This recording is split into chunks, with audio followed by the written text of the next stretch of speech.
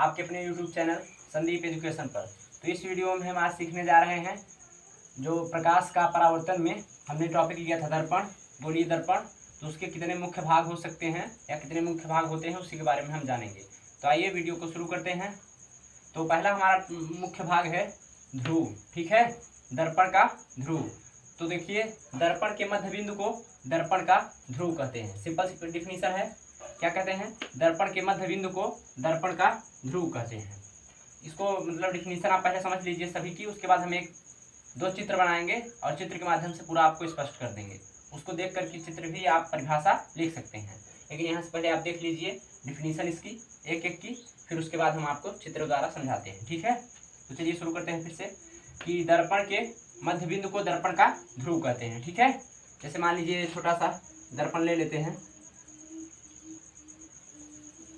ठीक है, ये दर्पण हो गया। अब ये जो इसका मेन पॉइंट रहेगा, इसका जो मिडिल पॉइंट रहेगा, यही क्या कहलाता है? दर्पण का ध्रुव। और इसे किससे प्रदर्शित करते हैं? P से। ठीक है, तो दर्पण का ध्रुव कहते हैं। दर्पण के मध्य बिंदु को दर्पण का ध्रुव कहते हैं। दूसरा है हमारे पास वक्रता केंद्र। अब वक्रता केंद्र के बारे में जान लेते हैं कि गोली दर्पण जिस खोखले गोले का केंद्र होता है, उस दर्पण का केंद्र वक्रता केंद्र कहलाता है। क्या कहलाएगा? वक्रता केंद्र। जैसे मान लेते हैं हम, ये आपका एक गोली दर्पण है इस प्रकार से, ठीक, और इसका देखिए ये इस प्रकार से, अगर हम मान लेते हैं इसका केंद्र ये है, ठीक है, तभी तो गोला बनेगा। इस प्रकार से गोला बनता है, इस प्रकार से गोला बनेगा। तो इसका जो केंद्र कहलाएगा, ये जो केंद्र है इसका, यही क्या कहलाएगा? वक्रता केंद्र। ठीक है, तो गोली दर्पण जिस खोखले गोले का केंद्र होता है उसे उस दर्पण का वक्रता केंद्र कहते हैं, और इसे प्रायः C से प्रदर्शित करते हैं। किससे प्रदर्शित करते हैं? C से। अगला है हमारा मुख्य अक्ष। तो गोली दर्पण के वक्रता केंद्र और ध्रुव से होकर जाने वाली रेखा को दर्पण का मुख्य अक्ष कहते हैं। ठीक है, गोली दर्पण के वक्रता केंद्र और ध्रुव से होकर जाने वाली रेखा को मुख्य अक्ष कहते हैं। और ध्यान दीजिए, यहाँ पे थोड़ा जगह की शॉर्टेज है, तो मुख्य अक्ष जो है उसको हम दाएं अथवा बाएं दोनों तरफ अपनी आवश्यकता के अनुसार बढ़ा भी सकते हैं। ठीक है, जैसे ये दर्पण है आपका, ये दर्पण है, तो ये देखिए यहाँ पे आपने क्या माना था? ये दर्पण का ध्रुव होता है मध्य बिंदु, और ये यहाँ पे इसका केंद्र मान लेते हैं। तो ये जो इससे एक रेखा सीधी होकर जाती है, सीधी रेखा जो ध्रुव से और वक्रता केंद्र से होकर जाती है, उसे क्या बोलते हैं? हम मुख्य अक्ष बोलते हैं। और मुख्य अक्ष को आगे दाएं तरफ अथवा बाएं तरफ दोनों तरफ अपने आवश्यकता अनुसार बढ़ा सकते हैं। मान लीजिए हमें बड़े दर्पण की आवश्यकता है, हम मुख्य अक्ष को ऐसे बड़ा कर लेंगे। आगे दाहिने साइड में बढ़ाने की आवश्यकता है तो ऐसे बढ़ा सकते हैं, कोई बाउंडेशन नहीं है। ठीक है, तो समझ में आ गया क्या कहते मुख्य अक्ष क्या होता है? तो देखिए, गोली दर्पण के ध्रुव और वक्रता केंद्र से होकर जाने वाली रेखा को क्या बोलते हैं? मुख्य अक्ष। ठीक है, और इसे दाएं अथवा बाएं अपनी आवश्यकता अनुसार बढ़ा सकते हैं। ठीक है, तो अगला देख लेते हैं वक्रता त्रिज्या। तो गोली दर्पण जिस खोखले गोले का भाग होती है उसके त्रिज्या को वक्रता त्रिज्या कहते हैं। गोली दर्पण जिस खोखले गोले का भाग होती है उसके त्रिज्या को वक्रता त्रिज्या कहते हैं, और इसे कैपिटल R से प्रदर्शित करते हैं। ठीक है, आगे देख लीजिए, अथवा एक और परिभाषा ले सकते हैं हम इसकी, वक्रता केंद्र और ध्रुव के बीच की दूरी को वक्रता त्रिज्या कहते हैं। ठीक, क्या कहते हैं? वक्रता केंद्र और ध्रुव के बीच की दूरी को वक्रता त्रिज्या कहते हैं। अगला हमारा टॉपिक रहेगा मुख्य फोकस। ये भी इसी का पार्ट है गोली दर्पण का। ठीक है, इसको बोलते हैं प्रिंसिपल फोकस। तो देखिए, मुख्य अक्ष के समांतर चलने वाली प्रकाश की किरणें, मुख्य अक्ष के समांतर चलने वाली प्रकाश की किरणें परावर्तन के पश्चात मुख्य अक्ष के जिस बिंदु से होकर जाती हैं अथवा आती हुई प्रतीत होती हैं उसे क्या बोलेंगे? मुख्य फोकस। देखिए, दर्पण हमने पढ़ा था, गोली दर्पण दो प्रकार के होते हैं। जो अवतल दर्पण होता है उसमें एग्जैक्ट आपका किरण काटती हुई दिखाई देगी, लेकिन जो उत्तल दर्पण होता है उसमें एग्जैक्ट नहीं काटती है, उसमें केवल आप आभास कर सकते हैं कि हाँ यहाँ से किरण आ रही है। अभी चित्र द्वारा बताएंगे, पहले परिभाषा देख लेते हैं। तो मुख्य अक्ष के समांतर चलने वाली प्रकाश की किरणें परावर्तन के पश्चात मुख्य अक्ष के जिस बिंदु से होकर जाती हैं अथवा आती हुई प्रतीत होती हैं उसे क्या बोलते हैं? मुख्य फोकस, और इसे कैपिटल F से प्रदर्शित करते हैं।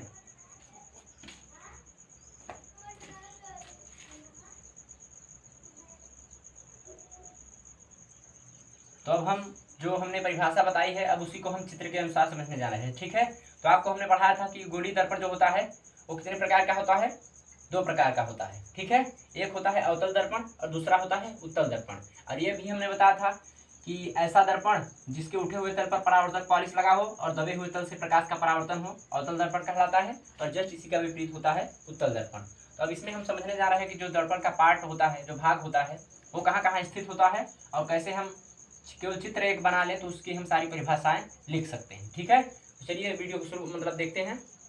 तो यहाँ से हम देखेंगे कि ये हमारा क्या है, एक मान लेते हैं दर्पण है M1 M2। ठीक है, तो हमने बताया था कि जो दर्पण का मध्य बिंदु होता है, मान लेते हैं यहाँ इसका आधा भाग मतलब 2 भागों में बटा रहे जहाँ से दर्पण, तो दर्पण के मध्य बिंदु को दर्पण का क्या बोलते हैं, ध्रुव, इसे P से प्रदर्शित करते हैं।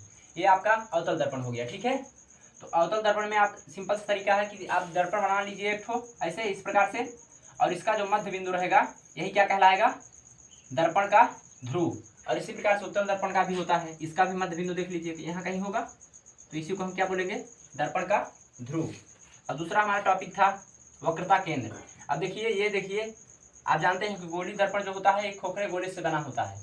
तो अगर हम इसको अगर मान लें, अगर ये पूरा दर्पण, ठीक, पूरा दर्पण अगर मान ले तो यहीं कहीं इसका केंद्र होगा, यहीं कहीं केंद्र इसका होना अनिवार्य है।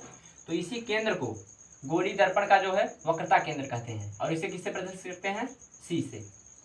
ठीक है, कि ये गोलीय दर्पण आपका था और इसका कहीं ना कहीं केंद्र होगा। अगर कोई गोलीय चीज है, मान लीजिए जैसे एक गोली है या फिर एक बॉल है, तो उसका कहीं ना कहीं सेंटर होगा। तो जो ये सेंटर होता है मतलब केंद्र जो होता है वही गोलीय दर्पण का क्या कहलाएगा, केंद्र कहलाएगा। ठीक, वक्रता केंद्र, और इसे किससे प्रदर्शित करते हैं, C से। तो हम इसकी परिभाषा क्या लिख सकते हैं दर्पण को देखकर, कि जो है गोलीय दर्पण के केंद्र को गोलीय दर्पण का वक्रता केंद्र कहते हैं और इसे प्रायः शीर्ष से प्रदर्शित करते हैं। ठीक है, अब अगला हमारा टॉपिक था वक्रता त्रिज्या। तो वक्रता त्रिज्या देखेंगे इसमें कहाँ होगी, तो ये देखिए मुख्य अक्ष था। ठीक है, तो मुख्य अक्ष समझ लेते हैं। देखिए कि वक्रता केंद्र, परिभाषा थी वक्रता केंद्र और दर्पण से होकर जाने वाली रेखा को क्या बोलते हैं, मुख्य अक्ष बोलते हैं। इसको क्या बोलेंगे, मुख्य अक्ष। और हमने एक बात भी बताई थी कि मुख्य जो अक्ष है उसको अपनी आवश्यकता अनुसार दाएं अथवा बाएं दोनों तरफ कितना भी बढ़ा सकते हैं। जैसे हमें मान लीजिए और बड़ा खींचना हो तो कोई बाउंडेशन नहीं है, आप इतना बड़ा खींच सकते हैं, आप इस तरफ भी इतना बड़ा खींच सकते हैं। ठीक है, आप इसको आवश्यकता अनुसार चाहे जितना बड़ा आगे पीछे कर सकते हैं। तो हमने क्या बताया कि मुख्य अक्ष किसे कहेंगे, तो वक्रता केंद्र और दर्पण से होकर जाने वाली रेखा को क्या बोलेंगे, मुख्य अक्ष। ठीक है, फिर अगला हमारा था वक्रता त्रिज्या। तो देखिए दर्पण और वक्रता केंद्र के बीच की दूरी को क्या बोलते हैं, वक्रता त्रिज्या। क्या बोलते हैं, वक्रता त्रिज्या।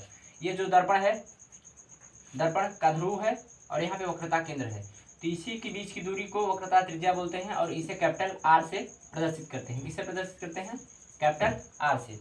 अब उत्तल दर्पण का देख लेते हैं, इसका मान लेते हैं सेंटर यहाँ पे होगा, तो ये C हो जाएगा और इसको एक सीधी रेखा खींच देंगे तो ये हमारा इसका क्या हो जाएगी, मुख्य अक्ष हो जाएगी, और यहीं से यहाँ तक क्या हो जाएगी, वक्रता त्रिज्या।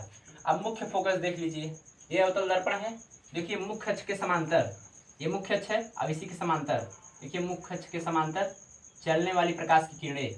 ठीक है, परावर्तन के पश्चात, अब जब दर्पण से कोई चीज टकराती है, कोई किरण टकराएगी तो परावर्तन तो होगा ही, बता चुके हैं कि मुख्य अक्ष के समांतर मान लेते हैं हम एक किरण चली और इससे परावर्तन के पश्चात दर्पण को जिस बिंदु पर काटती है उसे क्या बोलते हैं, मुख्य फोकस।